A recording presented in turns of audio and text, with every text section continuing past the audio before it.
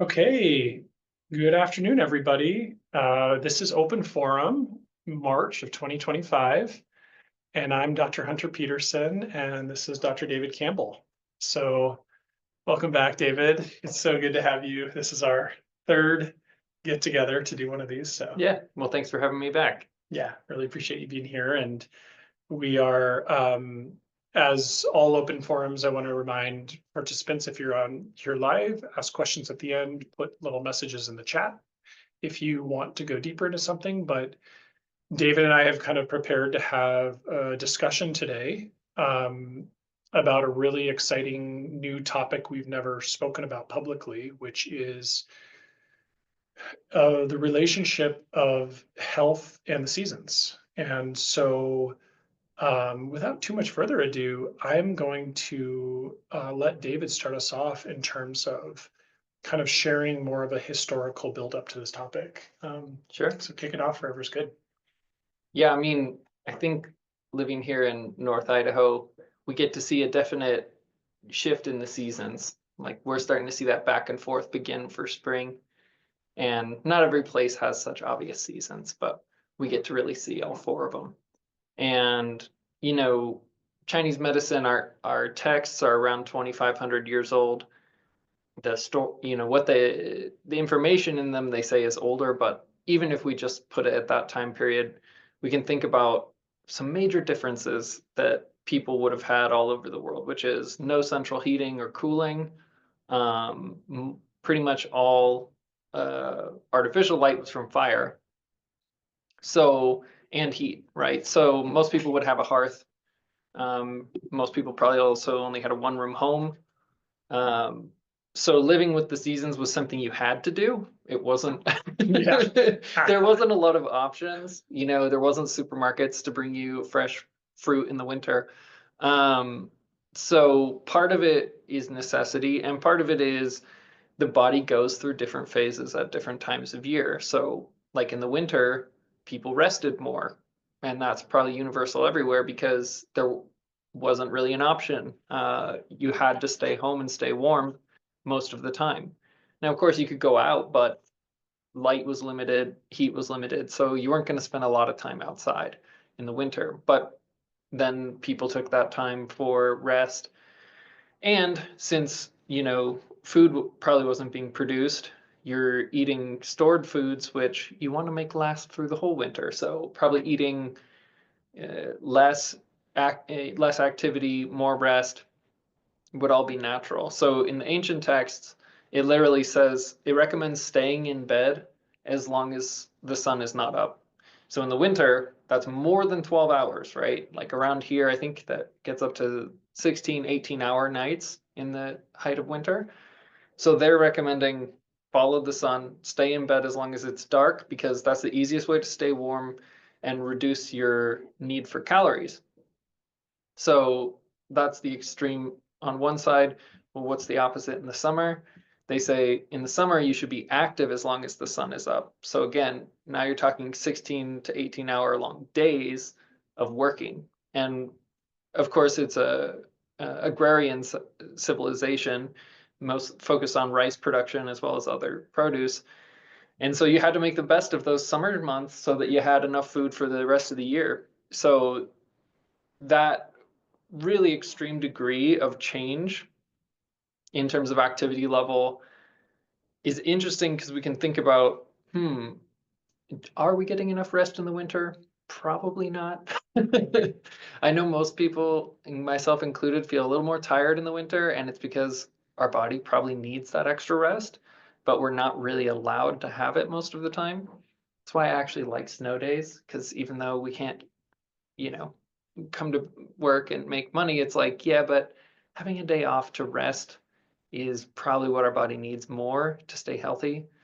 Um, and, you know, we can talk about vitamin D and that type of thing as well. But, you know, from a Chinese medicine perspective, once you have symptoms, you've probably been out of alignment for a significant amount of time. And so the idea is like, well, why does everyone get sick in winter? And we can say, oh, there's not enough sunshine to produce vitamin D. And that's for sure a factor. But then the question is it that, or is it because we actually need more rest and we're not getting it? Which I think is another contributor. Mhm. So, you know, and then you can look at spring and fall. In the spring, they recommend kind of a more balanced approach, light exercise, stretching, basically limbering the body back up from that sort of hibernation period of winter, eating lighter foods. So what grows in spring? Gr green shoots, fresh things, light things. That's what's growing in that time of year. Whereas in the fall is more about heavier foods. You know, you have obviously, like, we celebrate Thanksgiving, right? We have that kind of heavier food at that time of year because that's the end of the harvest when all that stuff comes together. Even meat is considered more associated with that time of year because that's the time of year of the slaughter, right? That's one of the old traditions before Halloween was a thing, was part of that holiday originally, was that was when you chose what animals you were gonna feed for the winter and which animals you were gonna slaughter for the meat. And so there's that aspect of the autumn where, and you're also getting ready for winter, so you want heavier food, storable food. So there's that kind of aspect of living with the seasons. The text also talks about, like, when we don't live with the seasons, what are the types of issues we might have, and probably that's what we see most most commonly as, you know, common colds, allergies, you know, especially seasonal allergies. We see a lot of these things because, you know, modern life doesn't really let us stay in alignment with what our bodily needs are as they change through the seasons. We kind of live like every day is the same as the Yeah. but that's one of the sort of advantages and disadvantages of having a technological modern life. Um, is there anything you wanted to add? Yeah, no, I mean, I think that's a great initial overview. And it just kind of like, I think, to reiterate a couple of points you made, is that really our job as clinicians is when patients walk in our doors struggling and having expressions of disturbance of their health, our care and interest is what's the intelligence of this expression pattern in your body? Like, what's at the root cause of this? Not just how do we get it to go away as quickly as possible. And so I thought that this topic of health in the seasons is this one of these variables within our assessment methodologies that is completely not acknowledged in conventional medicine and is minimally acknowledged in naturopathic medicine and is probably the most acknowledged in Chinese medicine, which I love Chinese medicine, even though it's not my training. I really resonated with these ancient texts when I read them about these are like the first chapters, you know, in the core 2,500-year-old ancient Chinese medical texts that are like the I mean, what would you call the text we're referring to in speaking about this? How would you describe it in terms of how it informs medical practice for you? You can think of it like the original textbook before textbooks existed, though. But what happened at that time period, it was the first time, at least that we have evidence of still, that it still exists, that all those medical teachings were brought together into one system. I don't know if there's Ayurvedic texts that might be as old or older, but it's got to be one of the oldest medical texts, that especially one that has that's comprehensive. It really Yeah. goes over Yeah. not just, you know, what is disease, how to diagnose and treat disease, but it goes into, like, well, what is health and how do you stay healthy? Which obviously conventional medicine, their definition of health is just the absence of disease, which Right. falls a little short for people in our profession. Yes. Yeah. Yeah. I mean, thanks. Yeah, that was a way better elaboration. I was like, David could do a better job explaining this. And so I was really struck because that exact statement, like when we have patients come in with ailments, it's actually a requirement of our work to understand what the foundation of health is and what builds health. Because when people express illness and symptoms, then there's a lacking of aligning with what builds health. And so it's beautiful in this text that it essentially articulates, well, here is how to build health and live within the world you inhabit in your environment. And it literally out the gate starts talking about how to live in accordance with the seasons in your environment. And these concepts that David brings up about, um, you know, caloric intake according to different seasons, sleep needs according to different seasons, even food selection preferences according to different seasons. Appreciate that this textbook was cultivated and like winnowed down over thousands of years of human history.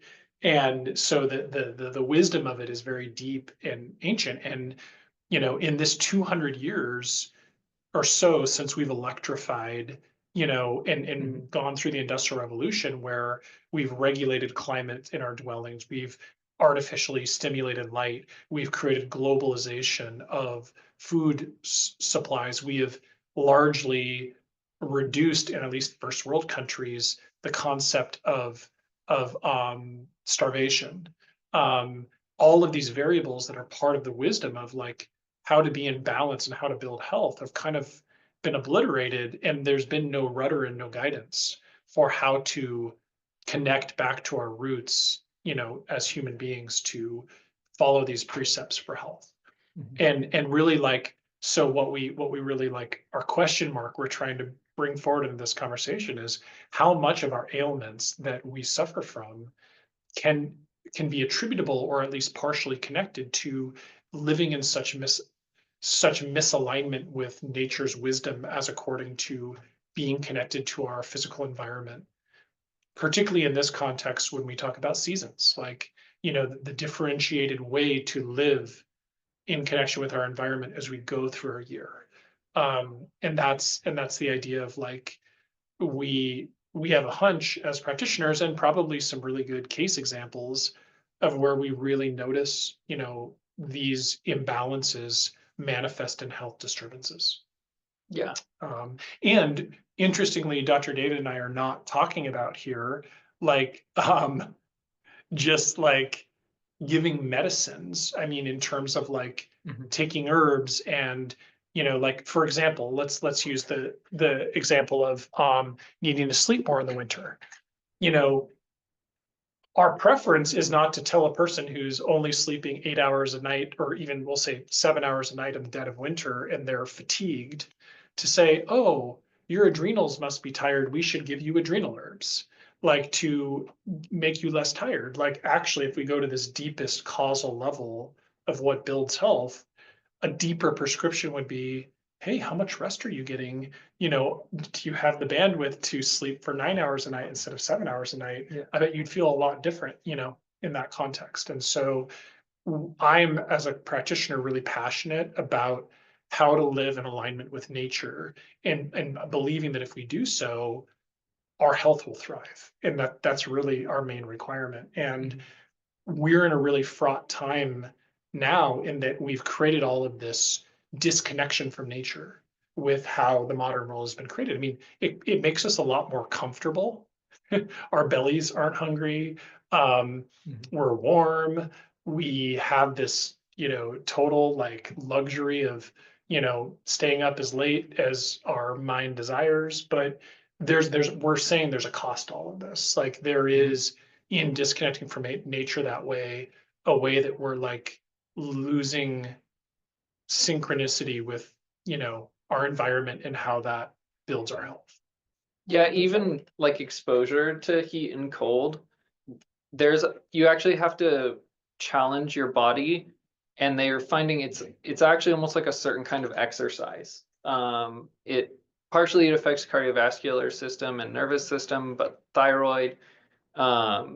Yeah, this is why I think cryotherapy has become so popular in terms of, using cold, and learning to withstand duration in like cold water, or, different kinds of cold exposure. Is because we're learning that, well, yes, that's always been something the human body has had to do. But it's also a trained skill. It's not something you can't just jump into the deep end and do a cold plunge for 30 minutes if you've never done one, because you can get hypothermia, and that's not good. In fact, I should mention cryotherapy is actually pretty controversial in Chinese medicine, because a lot of the texts talk about what we call cold damage, or basically how exposure to cold can cause disease. And obviously, we even have the word the common cold, right? The phrase the common cold, because in Chinese have a very similar term, because it was always been associated that when it's colder out, you're more susceptible to get sick. But they also talk about how cold can cause pain in the joints, leading to arthritic conditions, and can they even talk about it as cold can literally get lodged in the body and interfere with organ processes, physiological processes. And there's actually some research now to show that if you have a thermal camera, you can actually find hot spots and cold spots in the body. And there's people trying to do research of if how that might correspond to Chinese medicine diagnoses of heat and cold. But what I always say is it's always about balance. So if you get into a cold plunge and you're not able to generate enough heat to meet that, that cold is going to do damage to you. So that's why I always tell people with cryotherapies, you have to learn how to generate heat. A lot of that is breath work, breathing techniques can be helpful for generating enough heat to deal with cold exposure. But it's also, like I said, partially it's a form of exercise. You don't expect you can run a marathon if you haven't run a lap, right? Like you need to work up to those goals and not not be, just running past your limits. um Finding your limits sometimes takes a little bit of its own, in anything. It takes a little trial and error, but I do think, I'm a fan in some ways of cryotherapy, but I do think its popularity, just like anything else, can make people overzealous about it. um and if we look at it from a traditional perspective too, right now, and I always think it's funny how the carnivore diet's really popular. Which I'm like, okay, maybe short term there are some benefits there, but it's, in my opinion, not a good long-term solution. And I think there's good evidence to show that it's not a good long-term solution in terms of longevity. But some people feel better for a month, up to 3 months if they're eating that way. And I would go, well, how can we fit this into traditional thinking? It's like, well, just as I mentioned, the the autumn is the time where it's more associated with meat consumption. So say late autumn, early winter, especially, and you go like, okay, well, that's about a 3 month period where that would be a more normal diet versus the springtime, which is more associated with vegetarian or even vegan type eating. And it's like, well, why are they so different? It's like, well, one, you're headed into winter and you're headed into storage, so you need extra calories, you need extra, you're trying to build up your storage so that you can make it through the winter. At the end of winter, you're kind of trying to detox, right? And so lighter foods, things that are helping your detox pathways, which like cruciferous vegetables are amazing at. But greens in general are really good for helping the body do that. It's like, well, that's what's plentiful in the spring, because now you're coming out of that process of storage, and before you get to the summer where you're going to be really active, if you start trying to be active while you still have some of that stored stuff in you, you're going to start having phlegm, and you're going to see all that stored stuff come out as obstructions. So that's why there's kind of like, and beautifully, nature provides us with what we need in the season, right? So we don't, it's seems almost too simple in a way where it's like, oh, well, just look at what's actually available in that season. And even the research shows, like, when you eat a food during the season that it's naturally grows, like a berry, it's much higher in nutrients and antioxidants than it is if you eat it at another time of year. Right. So it's sort of straightforward, but none of us is doing this. Definitely not perfectly, I'll say. Yeah. But it's good to remember, like you were saying with cortisol dysregulation. I always say it's not if your cortisol dysregulated, it's how severe your cortisol dysregulation is. Yeah. We're all exposed to artificial light, to blue light from screens. Our cortisol is generally a little out of whack. But if you're getting the rest you need you know, if you're getting sunshine and fresh air, can be really important, especially in the summer. But they even talk about in the ancient text, funny enough, about when to open your windows, Mm-hmm. and talking about how the wise person opens their windows, you know, when the air is calm, and then closes them, you know, for the wind and the storms. Straightforward again, but it's like, oh yeah, you should air out your house when you can. Right? Because fresh air is something we often don't think about in terms of, you know, seasonal health. Like obviously the air is a little less fresh in the winter and indoors. So, but yeah, I've heard the Germans actually have a practice of opening all the windows in the winter just to clear out the house. This time, yeah. Yeah, no, I appreciate a lot of that sharing. I mean, there were a few topics I wanted to, dive deeper into. More as a clinician, like how I've taken this up is on a nutritional front. There are a few things that I point out and work really heavily with patients about. So, what I have learned is that I use the term more warming foods in the late fall, winter, early spring months. And, warming foods, it it kind of, and you can add to this, but it kind of is what it sounds like stews, soups, like cooked down foods, literally hot foods, like have that warming quality when environmentally we're in this very like cooled, setting. And I find that I do a lot of intestinal repair protocols in my practice. And so it's so interesting to me as I go further in my career how dramatically different I treat intestinal disturbance according to the seasons. Like I'm moving out of a phase right now where I heavily rely on a dietary approach called GAPS or specific carbohydrate that heavily relies on meat stocks, bone broths, stews, cooked soups as like the core foods for gut repair protocols.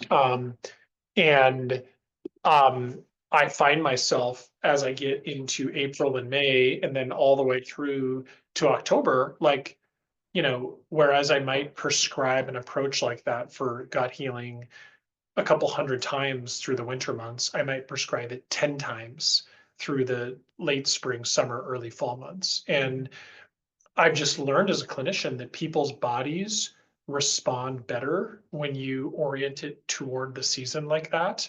And secondarily, that people are naturally averse to eating that way anyways. They don't want to eat a hot soup on a 90-degree day. So, a lot of this is just it's kind of common sense, but it's helpful clinically to like be even more emphatic about it.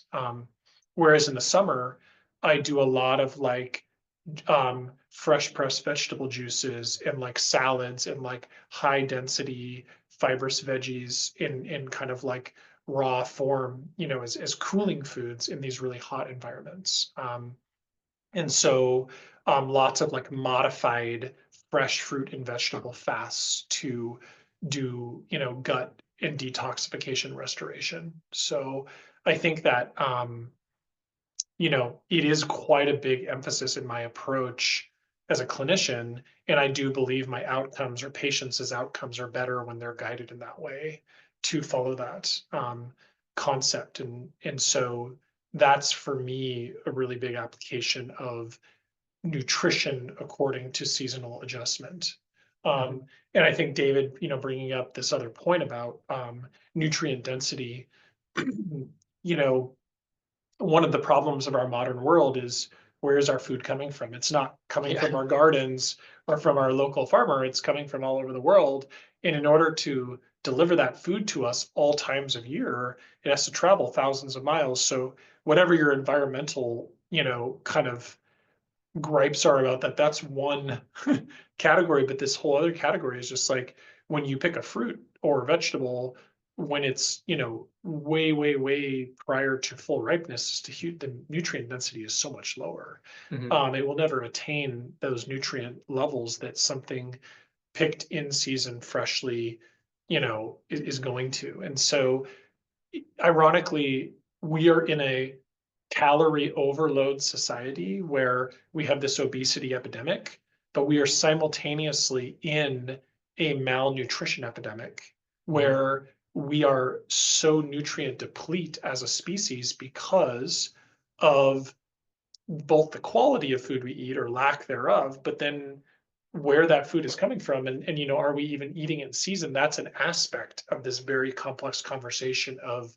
nutrient density. So I do appreciate Dr. David bringing this up, and I think we would all do well to be more mindful of, hey, this there is a reason that this butternut squash from Chile that you get in August or July is not really like as nutrient dense as the butternut squash you get in November and December from the farm down the street. I mean, and that's just Mhm. going to have a dramatically different nutrient density, because we can get all foods like round the clock year round. And that doesn't mean we should just do so because that's the case. Yeah. Um, so I love that point because that's a really practical takeaway from this lecture of like, yeah, like, and if you don't know when a fruit's in season, locally, that like that's AI and Google searches, are a pretty easy way to find out if you want to learn more. I mean, I don't Yeah. have necessarily a resource to like guide people to, but it's pretty straightforward and not non-controversial. Well, and it's interesting, I think about something like tomatoes where the growing season of tomatoes has been highly, pretty well extended by like hothouses with greenhouses with heat and lights and everything. And it still doesn't produce the same kind of tomato that you would get, sun ripened in the right season, say like mid to late summer. But the question becomes too, it's like, okay, well, we live here in North Idaho. It's not great tomato growing area, but we can probably get some tomatoes from just a little bit south of us. Yeah. Yeah.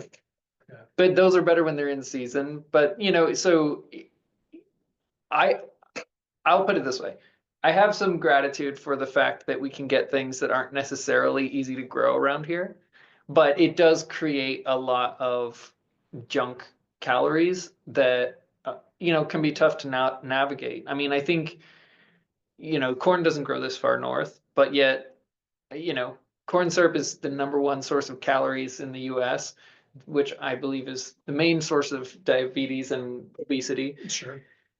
And corn syrup really didn't exist before, the chemical processes required, which has only been a few decades, to extract sugar from corn, which I think corn in its whole organic form is fine. It's not a food that's most people, it's not going to be bad for them. Now there are some people who might have a food allergy or something, but the heritage forms of corn were probably not so bad. It's breeding to make them more and more just sugary. And then once genetic engineering took over, and then the chemical refining, you have these many layers of turning something into a quasi-synthetic food-like substance Right. that's toxic, and then it's consumed, and it's like, why are people attracted to sweet? Well, from a psychological perspective, sweet's very comforting. People say it's as addictive as a drug, and it's like, well, our body tells us, hey, that's a good thing that you have a sweet, because sweetness was so scarce before we had the Yeah. ability to refine sugars that you might have a few sweet berries in the autumn, and that was it. Or maybe you found honey a couple times a year, right? That's it. Like you didn't, you could have some fruit, but even apples and citrus, they have a lot of other flavor than just sweetness. Now, sweetness is so easily accessible that it has become addictive, and it's so extreme that it really doesn't even have a place in the seasons. Right. We could say that late summer time would be the time of sweetness and naturally with fruits being available. But what we have now is something it's that times 10 Yeah. to a degree that's just not, it's not in alignment with any of the seasons, is I guess the way I would Yeah. think of it. So that's where it's like, Yeah. I'm not going to tell anyone you can never have a piece of chocolate cake again. But if you start having chocolate cake every day, I might go, well, is that something you really need to have every day? Yeah. You know? Well, and you're making a good point. Like, I think we have to be really careful in these meetings when we start like nitpicking kind of in a very refined way, whole foods and like choosing, better and worse versions according to the seasons. We want to pause and say, look, if you're eating whole foods as opposed to highly processed food-like substances, then that's always going to be better. Yeah, Like we definitely. okay, eat apples and butternut squash out of season, versus eating cookies and you know, processed food that's not even real food. Always that's going to be better. And so I think some health like lecturers make this mistake of starting to badmouth and criticize, you know, whole food when we have this epidemic shouting us in our society of highly toxic, nutrient devoid processed substances that our society is consuming. So, maybe a nice little disclaimer I should put on this portion of the talk is like, really, and it's not to be elitist, but really we're gearing this lecture to individuals who are in a process of already working on those concepts of whole foods versus processed foods, and now Yeah. want to refine further their relationship with whole foods and attune it to, you know, highest density of nutrition and most optimal way that our body will interact with those foods in preparation methods according to the season in our physical environment. Mhm. That's what we're getting at. I feel like I've listened to some lectures that feel very frustrating that the natural health expert is so out of tune with the realities of our society, and I don't want to be that. I think Yeah. that we have a lot bigger fish to fry, as we use the metaphor, in terms of problems with nutrition than eating really in a super refined alignment with the seasons. But it's worth Yeah. putting the information out there, because I don't think it's out there very much, and that's our goal today. Well, and I will say, I know a lot of people like to say calories in, calories out, as Mhm. like, oh, however many calories you take in is how many you should expend in exercise or daily activity. And I don't actually think that's true, and I'll tell you why. Different calories do different things in the body. So sugar is what plays with the knobs of your metabolism, right? So sugar initiates insulin releases. Sugar tells your body whether you have enough energy, too much, too little. So sugar tells your body whether it should store fat or burn fat. So if you have a lot of sugar, you store fat. If you don't have very much sugar or carbohydrates in general, your body will start burning fat. So sugar actually plays, or carbohydrates play a specific role that other sources of calories don't. And one of the other things is how calories are measured is sometimes a little bit off, because I've actually heard they'll burn things to measure the number of the caloric output, because calories are actually a measure of how much heat something can create. Well, if you burn something that's mostly fiber, it will put out heat. Wood, it will put out heat, but you can't digest wood fiber. So if you have a fibrous vegetable, it might, like celery, for instance. If you eat celery, it's actually calorie negative because it requires you more calories to digest celery than it's going to give you. But if you dried out celery and burned it, it'll look calorie positive because it's producing heat. So the question is how are calories actually measured? You know, like a lot of these light vegetables can, like leaf, I would guess probably leafy greens, especially, things like kale and spinach, are probably calorie negative, if not calorie neutral. So I don't know what the FDA would say about that, but I can tell you from like a physiological perspective, um, not all calories are created equal. Now, the densest form of calories is fat. However, this is the funny thing about the ketogenic diet, right? I don't recommend ketogenic diets for 99% of people unless they just want to do it as a short-term thing. But the funny thing is, someone on a ketogenic diet can eat over 3,000 calories a day and lose weight, whereas they could eat you could eat 1,500 calories a day, but if it's mostly sugar, you actually gain weight. Right. So the caloric intake is not actually what triggers the metabolic shift. It's it's the type of calories.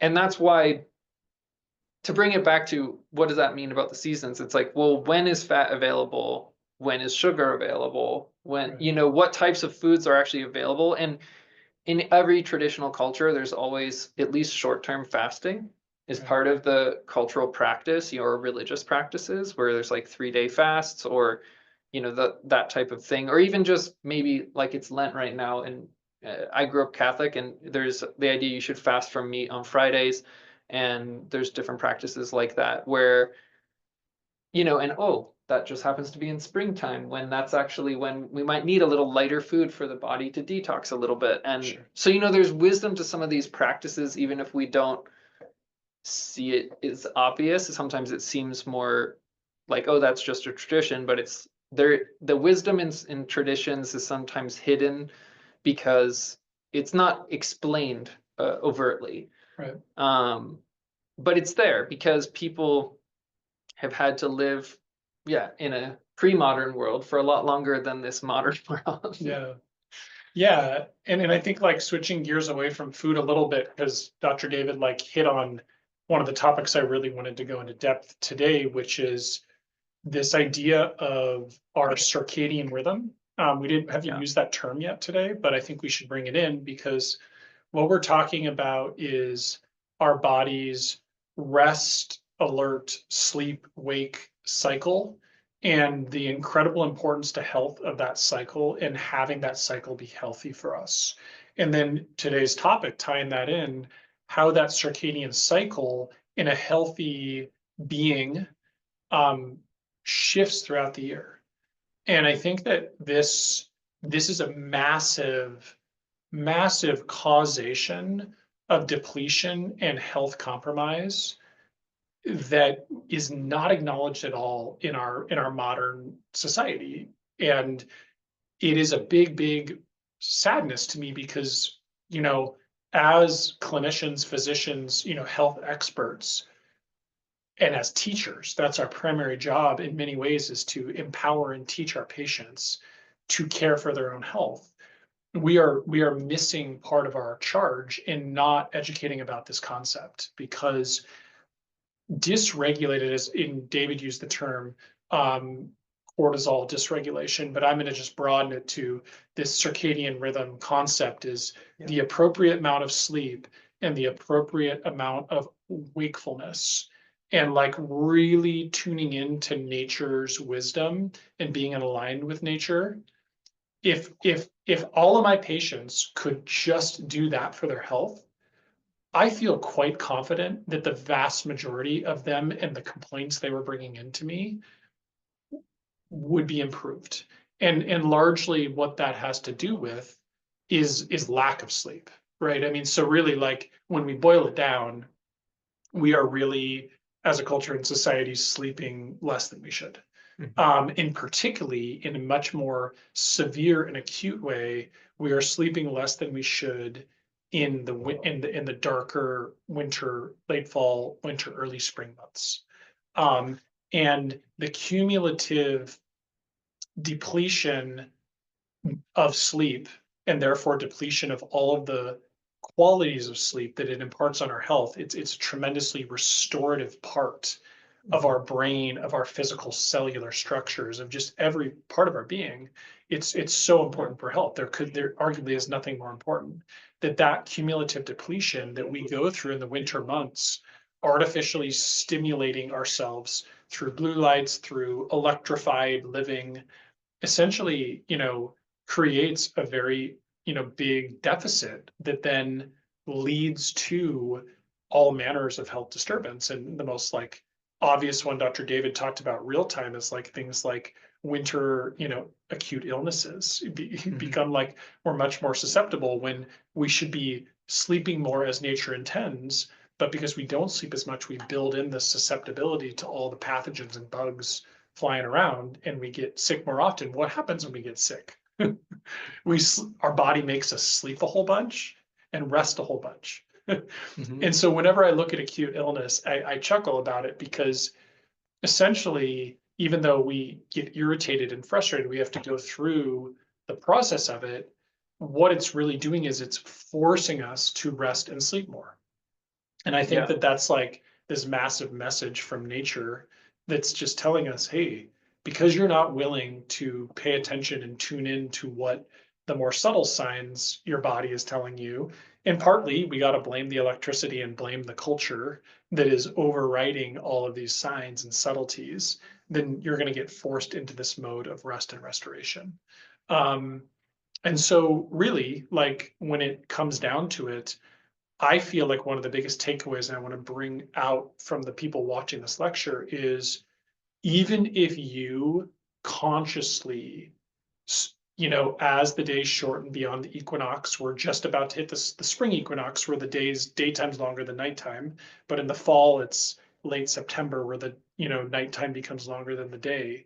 If in that 6 month period you conscientiously adapt your life to, even though you have lights, even though you have a culture around you that's saying, hey, you still work the same hours, even being able to subtly adjust your sleep to like getting on average an hour more, through those, especially the deepest, darkest winter months, I truly think your health could be improved dramatically by following that precept.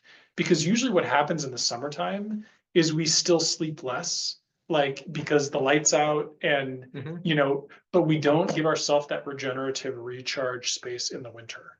And if I were to say as a clinician, the biggest harm on a circadian sleep wake cycle that comes from the seasons and living out of alignment, it's this lacking sleep in the winter months. And so I know Dr. David brought this topic up, but I want to really crystallize it as like a tangible takeaway, like reflection and, hopefully aspiration of our patients and community is like, like this is a super valuable and important, thing to commit to basically, because to do so, like since we live in this artificial world, you got to shut your stuff down like earlier. You got to turn your lights off and be listening to your body, or wake up later. You really have to like urge yourself to do this, and in storing up that regenerative space in the winter, you will be in greater balance going into those summer months where by nature's design you're up with the sun and you're going to sleep with the sun going down.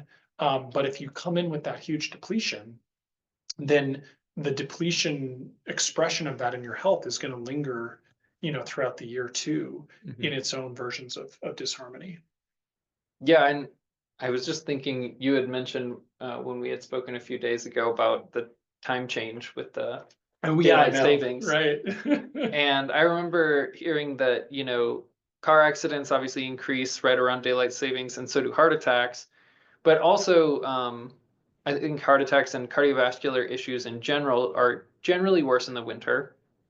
And some would argue, okay, well, that's lack of sunlight. Again, not only does sunlight help us produce vitamin D, but some parts of the ultraviolet and infrared spectrum actually do something to the water in our bodies. They call it fourth phase water. Basically, the water becomes structured in a way that makes it electrically conductive. And they think there's some researchers who believe now that that's actually the living form of water versus, like what comes out of a tap is just H2O. Whereas this is where the water molecules link together and become longer chains in biological systems, and in systems where they just run currents through water, they can find it starting to happen. And so sunlight naturally does this for us. So some people who have like seasonal affective disorder, right, they might go, I need a massive light to just give me what I'm missing from the sunlight. But my argument would be, you're actually going to throw your circadian rhythm even further out of whack if you do that. Maybe that's right for some people. Maybe they need that because they still have to go to work early in the morning, even though it's winter.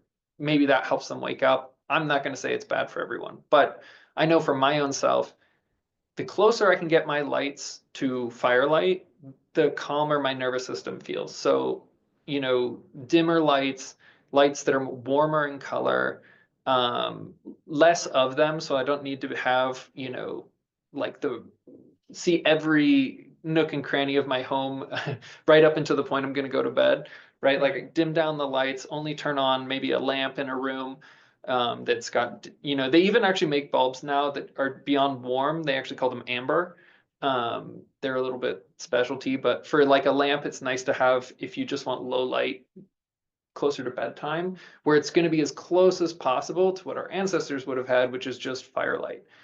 And that doesn't activate that cortisol response, the nervous system, and doesn't disrupt the circadian rhythm as much. So, if at all. So, because humans have told stories around the fire probably as long as we've known how to make fire. So, Right. Yeah. that kind of light is very soothing to the nervous system versus if you have what they call in bulbs daylight or bright white, those have a lot more blue frequencies in them, and the blue is what really activates the nervous system. And I can actually feel it when I walk into a room that has that kind of light. I almost like I can feel my whole nervous system light up. I'm like, ooh, there's a lot. I gotta really hold my center and calm down. Right. Especially if the sun's already gone down, because my nervous system's not in that same mode. Right. Oh, and the last thing I wanted to mention too, in the Chinese system, there's a they're very specific about how the year and the day are mirrors of each other, right? So dawn, when the sun rises, that's springtime. Midday is midsummer. When the sun is setting, that's like autumn. And the middle of the night is like the middle of winter. And so each hour of the day, which their hours are double hours, and so they also were in the West before clocks. That's why we still have a 12-hour clock, even though we have 24 hours in the day. But anyways, so they have 12-hour days, just like there's 12 months in the year, and they're considered to be associated with one another. So this was actually in the ancient West, this was also a similar idea we had, and that actually has to do with the 12 constellations, is how the original calendars were designed, which is why even though the moon goes through 13 cycles in a year, there's only 12 months because of the 12 signs of the zodiac. But regardless, that's how the hour system functions, and so it's an obvious way to understand the hours of the day as associated with the months of the year. And so similar to, well, what do you do in the spring? You want to have more of a detoxifying outlook, more stretching. Well, that's a good thing to do in the morning. Drink some extra water, do a little stretch, right? And in the evening, maybe having a warmer, a little bit heavier meal before bed helps you rest, these types. So you have that association also goes with just the single day. That's really cool. I love hearing that. That's a new one for me, and really I'm going to take that one and run with patients. Yeah. So even though the day kind of changes length, you can kind of think about, midday is when we're most active, midnight is when we should be least active, that kind of thing. Yeah, totally. That's a great concept. What have we missed? Is there any part of this discussion that feels left out? Oh, I think I've just remembered a thought of thread that I didn't finish, which was the fact that there's more heart attacks in the winter. Yeah. So people say, oh, there's not enough sunlight. And I guess that sunlight's healing to the cardiovascular system. So that's partially true. But the other side of it is rest, like you were talking about. It's like, well, yes, you're not getting as much sunlight, but maybe it's the combination of a lack of sunlight and, trying to remain as productive as you were in the summer.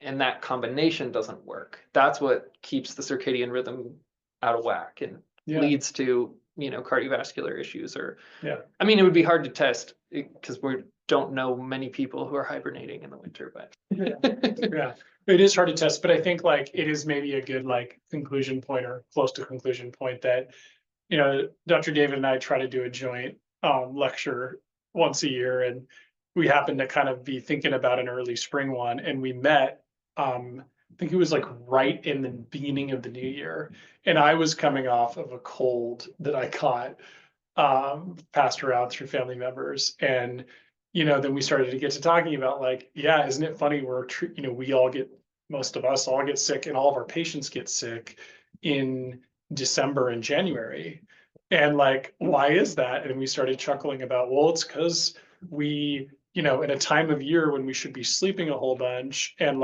maybe having one meal around the fire to celebrate, the winter solstice, instead we're, staying up a whole bunch, not sleeping, going to all these super social things and eating these excessive super duper calorie dense, ways. And like, yeah, no wonder we all get sick. And, December and January are just the floodgates open to this kind of like acute illness expression. And then I would argue too that in the late winter, early spring, I get a lot of my patients, their chronic disease processes are really like amplified up often. Mhm. And it's just like, to me, like from all the lecture we did today, it's really reinforcing of truly like winter is the most dynamic time. We live out of step with the seasons. Yeah. And no coincidence that a lot of like the health exacerbations, both acutely and chronically, we develop either during or shortly following that season, because it Yeah. seems to be, just subjectively where we live the most out of balance with how our ancestors would have been more in tune with nature. Definitely. So that's where we came up with this topic and said, well, we got to talk more about this. Yeah. So, um, And I yeah, like what you were saying yeah, before too about how getting an acute cold is almost an opportunity to rest and to detox, right? Like a lot of yeah, phlegm might come out, and that's actually good. That's yeah, the stuff you want your body to release. So, that's why taking too much medicine to stop those processes, it's like, okay, you might feel a little better, but the problem is you're setting yourself up for a more longer term issue that you could have just worked out in those, 3, 4 days of feeling under the weather. yeah, So I'm always a big fan of like let out whatever the body wants to push out, let it out. It's usually going to be for the best. yeah. Yeah, and I think like a theme, since we're still kind of in that cooler part of the year coming into the warmer, is like, and this is getting a little out of our seasonal connection conversation, but it's just like we live in a very overstimulated society, Mhm. on all levels, and one of those is by light, and by being awake too much, thinking too much, doing too much. And as clinicians, I'll speak for myself, I don't speak for Dr. David, but I bet I could, is that what we are trying to help in people is the awareness and the consciousness of overstimulation and its epidemic proportions in our modern world and society, and starting to become conscious and aware of the effects of that on our health, Mm. alongside how do we how do we address that overstimulation? How do we start to engage with it so it's not just this runaway train that is, we're reacting to and putting out fires because of the health consequences of that overstimulation. And the really only way to do that is to withdraw from a lot of the doing and stimulus of our modern world. And it turns out sleeping is one of the very best ways to do that. Mhm. But there are a lot of other methodologies, and we've tried to infuse some of that in today's talk. And it could be we could do 10 lectures as sub lectures on this simple topic, but I would boil it down to, you know, the way in which our modern world we're living most out of alignment of nature, of all the ways we're out of alignment with nature, it is this intensity of overstimulation. That's the Yeah. term I'm going to use, and how catastrophic it is to our health in general. Yeah. I don't have anything to disagree with Yeah, great. there. And then, thankfully, like the tools that we bring to the table, and I love Dr. David's tools, because I'll just speak as a cheerleader for um, Chinese medicine, acupuncture. Like, there is no way in terms of intensity of efficiency and like um, dramaticness to take away that overstimulation in my personal life experience than having a really good acupuncture session, in terms of like how my body feels and the tone of the nervous system and the intensity of that, like, you know, residual effect of overstimulation. I'm just totally blown away by how rebalancing, Yeah. the work can be to that, which is pretty cool that your core modality is like, in my opinion, the perfect medicine, for that. Yeah, I definitely that's part of what drew me to it. Yeah, Having my own issues with things like anxiety, yeah, fueled by lots of kinds of overstimulation, yeah, and just realizing, I feel so much better after having a few needles put in me. How does that work? yeah. Pretty amazing. It's I had like, to learn. Yeah, and I mean, it's just like one of nature's and ancient wisdom tools that humans have developed and pretty freaking cool development. So, anyways, we got to go see patients. So Yep. I'm going to wrap us up here. Video recording be online. So we welcome you all to join us, and thanks for tuning in with us today. Appreciate it. Thanks for having me. Yeah.